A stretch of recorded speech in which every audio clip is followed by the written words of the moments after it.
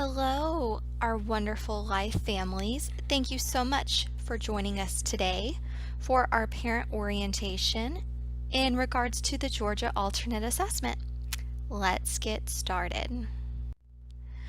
First and foremost, if you were with us last year, please note that your GAA scores were mailed to you over the summer. If for any reason you did not receive your scores, don't worry. Please write to Dr. Adana Mullins. She is our new GAA coordinator, and her email can be found at amullins@k12.com. And we'll make sure to get a copy on over to you.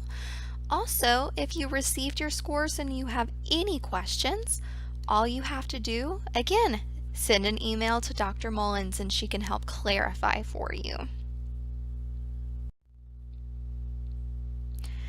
Okay, before we start digging in, I wanted to just thank all of you for being such amazing parents. We would not be able to do our job if it were not for you and the love and support that you provide your students each and every day. So know that we recognize that you are your kiddo's first teacher, and we're grateful to have you here in our life program. Okay, who are we? Well, at the very top you are going to see Dr. Adana Mullins. She is our new GAA coordinator. Her information can be found. Then right below that you are going to see a picture of me. My name is Madeline Jones. I am the new assistant administrator here for the life department. If I haven't had the pleasure of meeting you yet or speaking with you, hello. I am so glad to be here. I cannot wait to work with you and your students and witness their growth while they are with us here at GCA. The purpose of today's meeting is to give you an overview and understanding of the GAA. We also want to teach you how you can help your learner during testing, and while you are helping your kiddo, you are also being a tremendous help to our teachers. And the last part is to clarify any questions that you may have. So what is the Georgia Alternate Assessment? Ultimately, this is a portfolio of work that shows progress over time. Okay, it is also an assessment that is similar to a high school graduation test that is needed for our high school students in order to graduate. Please don't let this overwhelm you, but I want to give you a better understanding of what these portfolios look like, and we'll walk through the grade levels. But these portfolios are what the teachers create to demonstrate growth. For third and fourth grade, there are a total of 4 standards being assessed. So if your kiddo is in this grade, by the time they are finished, guess what? Your kiddo is going to have a binder of all of these activities and write-ups put together, done by our fabulous teachers. For 5th grade, there are 6 standards that are assessed. 6th and 7th grade have 4 standards given to them. 8th grade has 6 standards, and it is our 11th graders that have the most standards expected of them. They have 8 standards that they are tested on. Okay, so again, don't let this overwhelm you, but just know this is what our teachers are doing for each of our students. And a side note, last year we ended up submitting over 6,000 forms to the Department of Education. So there is a lot of paperwork involved in this, and you guys are a key component in the success of making this happen. Why do we have to do this assessment? First and foremost, we are told we have to do it by the federal and state government, there are laws in place that say we have to show that all students, regardless of their learning styles, that they can learn and demonstrate growth when taught grade level standards. How is this determined appropriate for your kiddo?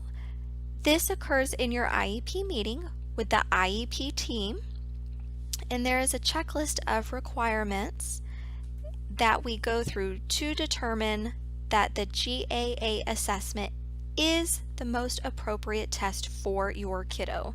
Please know that all students within the Life Department are required to take GAA, and please note that if your kiddo were not in the Life program, they would be taking assessments such as the Georgia Milestones and end of course or end of grade exams. So ultimately, the Georgia Alternate Assessment, we are already allowed to give your kiddos all of the strategies they need in order to be successful for this type of assessment. And ultimately, we have greater flexibility in how we're able to present the material, whereas other tests, they don't have that. When does this occur? It starts in September 5th to be exact, and our teachers work vigorously all the way until December to create that entire portfolio of student growth. Where does this take place? It's going to be taking place in the Blackboard classroom, so your Class Connect sessions. That is why it is so extremely important for you to get your student to class every single day as best as you can for those live classes. It is needed to help our teachers stay on track to get their portfolios completed by December. In addition to this, your teachers will be reaching out to schedule a face-to-face session where you get together. It might be in the home or a community center such as a therapy room, public library, a restaurant, and your teacher is going to be able to work with your child one-on-one for some of the tasks for GAA. And I have to tell you, that's probably the best part about this test, is that literally we get to come out and see all of you and get to wrap our arms around your sweet kiddos. So be on the lookout for that from your teacher as well. How can you support and make this just a smooth process? First and foremost, guys, we do not want perfection from your kiddo. We are not expecting them to receive 70%, 80%, 100%. That does not matter. What matters is that we find something that your kiddo doesn't know, we teach them about it, and then we measure the growth that they've made once they've learned the material. Okay, so this will not dictate your child's report card grades. This will not hold your child back from moving to the next grade level. The only clause to that is that for high school, again, this assessment is required in order for your kiddo to graduate. And ultimately, again, we want to be able to see growth. And this is the teacher's job, to teach the content and to be able to show student progress. In order to really help support your kiddo, you need to let them perform. It is okay for them to pick the wrong answer. We are not looking for perfection. So for collection period 1, this is going to be occurring in September and October. We are looking for material that your kiddo doesn't know. We want to find things that we can teach them.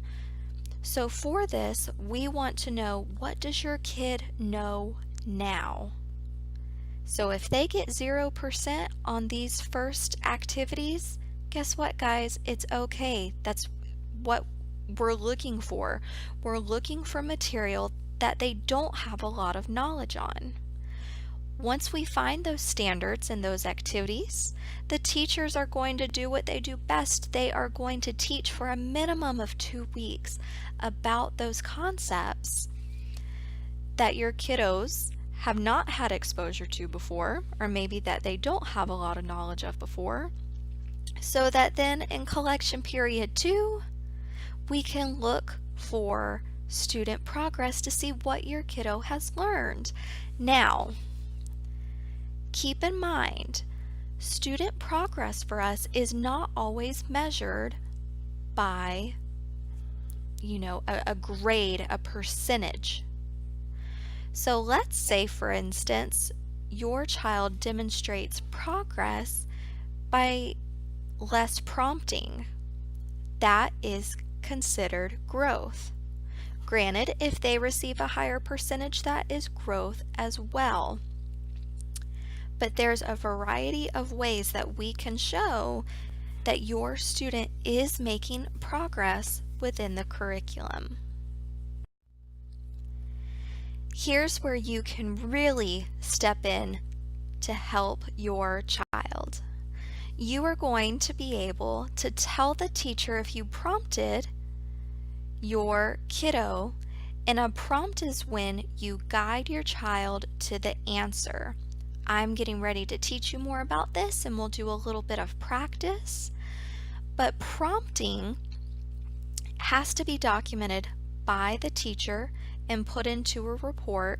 So by you being able to communicate this effectively, we are going to be able to provide an accurate picture of your child and how he or she is performing.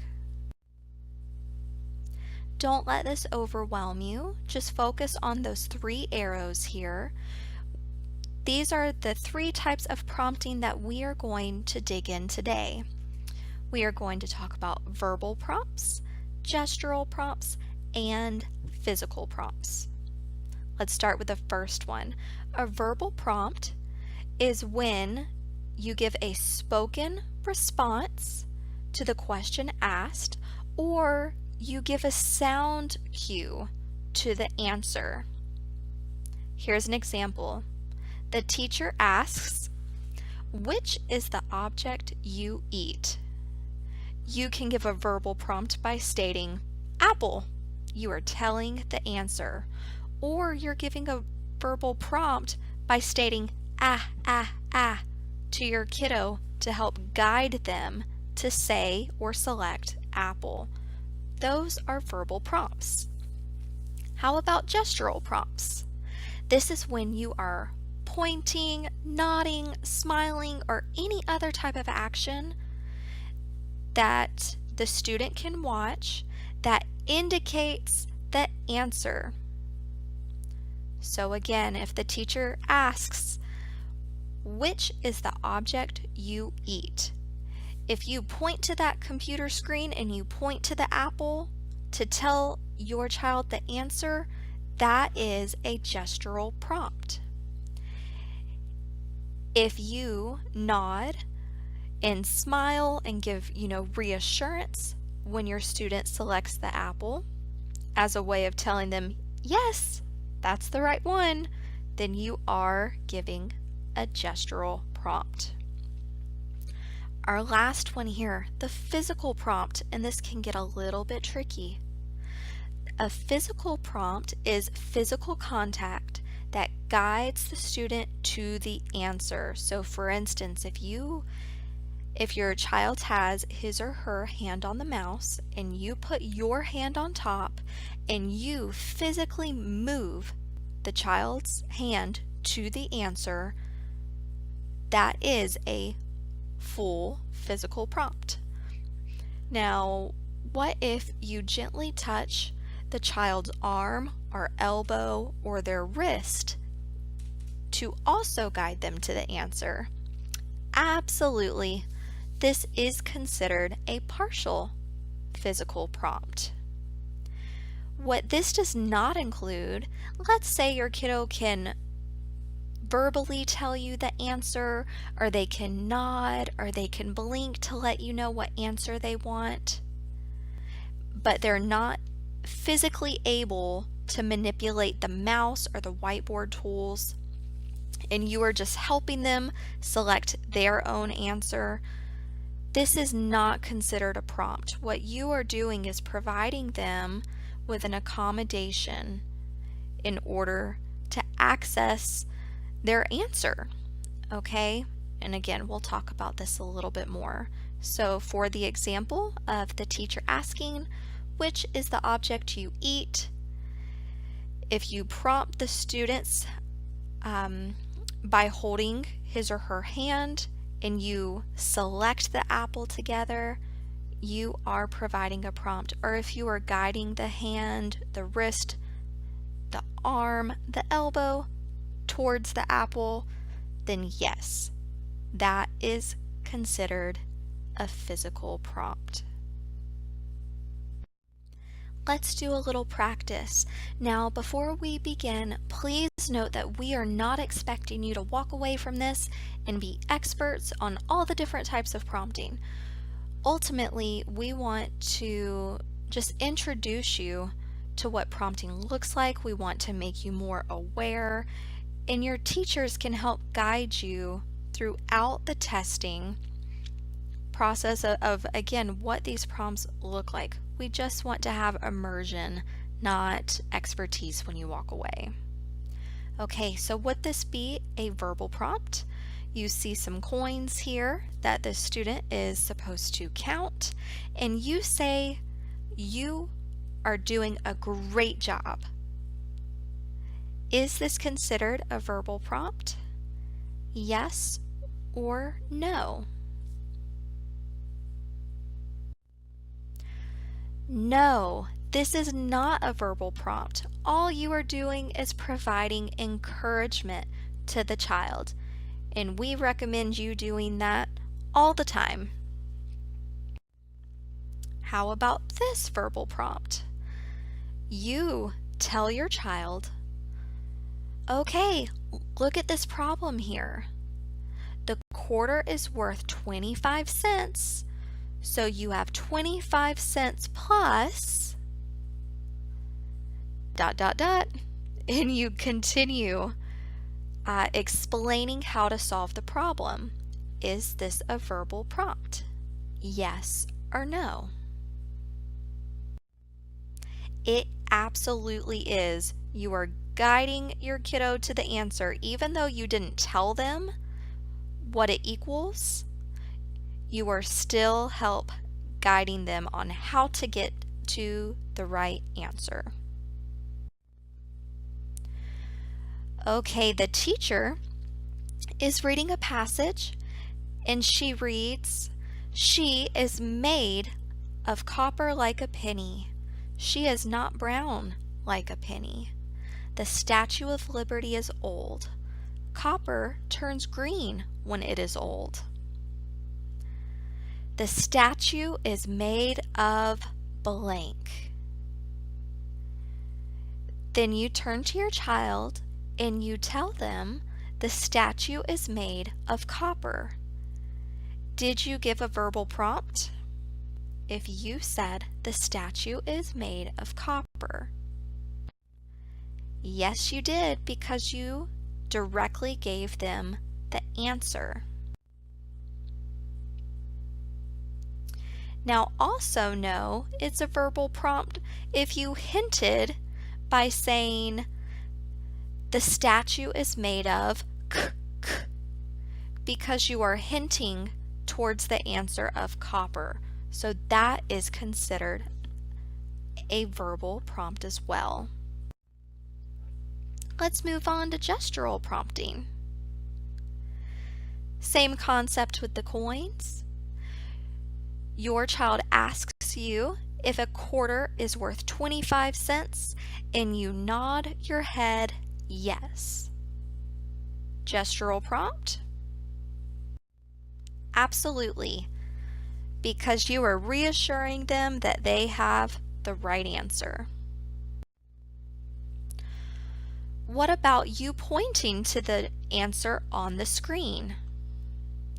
You are pointing to 42 cents. Yep, that's a gestural prompt as well. Physical prompting. Which one would be considered a physical prompt? A, using your child's elbow to guide him or her to the answer. Or B, helping your child circle his or her own answer. Think about it for a second. If you said A, you got it. If you are using your child's elbow to guide him or her to selecting the apple, then yes, it is a physical prompt. Now the reason why B is not a physical prompt is because your child selected his or her own answer. You helping them circle it or marking their own answer on the page, again, you are just assisting them. You are not giving them the answer. They're selecting it on their own. So that's why B is not a physical prompt and A is. How about this one? Touching your child's shoulder to keep him or her focused. And I know we do this a lot to help keep our kiddos on task.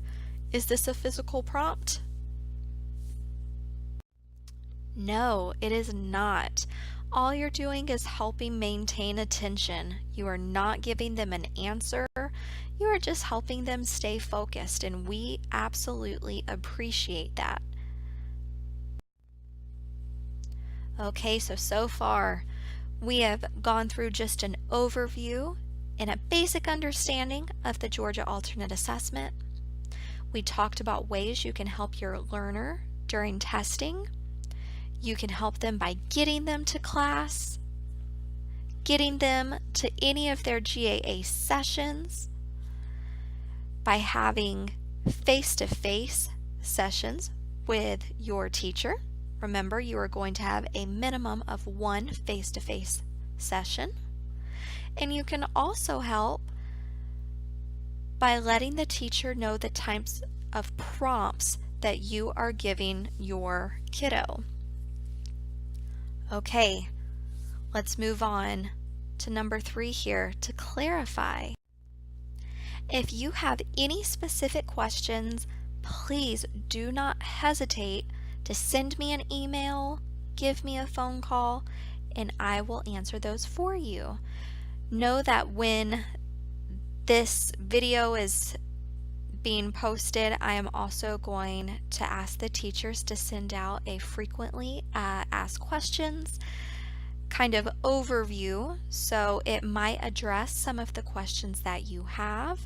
And again, I am always available for questions, as well as Dr. Adana Mullins. Thank you again for joining us for our session, and we look forward to having an amazing testing season. Have a good one.